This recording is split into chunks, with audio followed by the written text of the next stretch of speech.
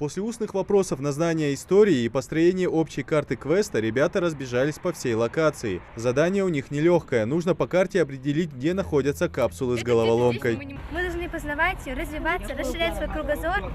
А сейчас мы уже на данный момент собрали карту и ищем первую капсулу. В чем сложность? Почему до сих пор не нашли? Потому что мы не можем ориентироваться по карте. Мы не знаем, где находится, например, Аланский воин. Какие-то еще деревья показаны.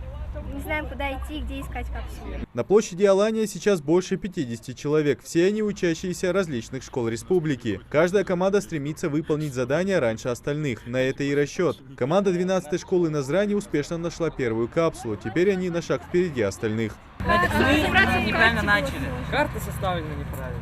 Нет, мы не находили этот красный крестик. Вот тут в клумбе лежала. И что это Так такое? мало. А, это головоломка. А, понятно, по этим вот как, ага, так, смотрите. Да уж. Это, Там надо понять, зеленые? 66? Нет, это вообще мы должны ее разгадать.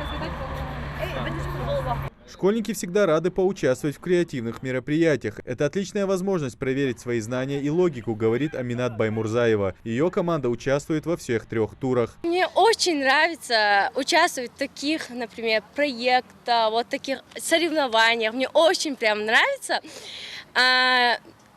Когда мы в школе были, первое место мы заняли, и нас вывезли на полуфинал, и там мы заняли 3-е место.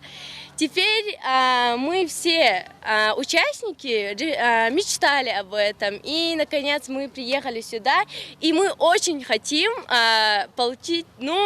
выиграть. Квест «Игра. История страны» организована Ингусским отделением российского движения детей и молодежи «Движение первых». Мероприятие проходит в 3 этапа. Сегодня у нас проходит 3-й этап, финальный. Прошлыми 2 этапами команды хорошо закалены сегодня, потому что первый этап у них был чисто на знание истории.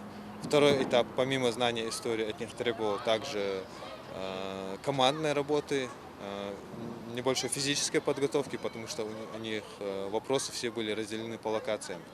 Сегодня же финальный этап мы решили максимально сделать этап похожим на действительно сложный квест, поэтому сегодня у них как образовательная часть, так как спортивная, так и командная работа, хитрость, логика, решение различных головоломок. Организаторы уверены, подобные квесты позволят улучшить знания молодежи истории страны и республики. Цель мероприятия, самая основная, это знание своей истории, истории своей страны, истории своей малой родины, также команда образования, лидерские качества, умение ориентироваться в местности, ориентируясь на карту. Также, допустим, у нас карта тут относительно локации имеет масштаб 1 к 50.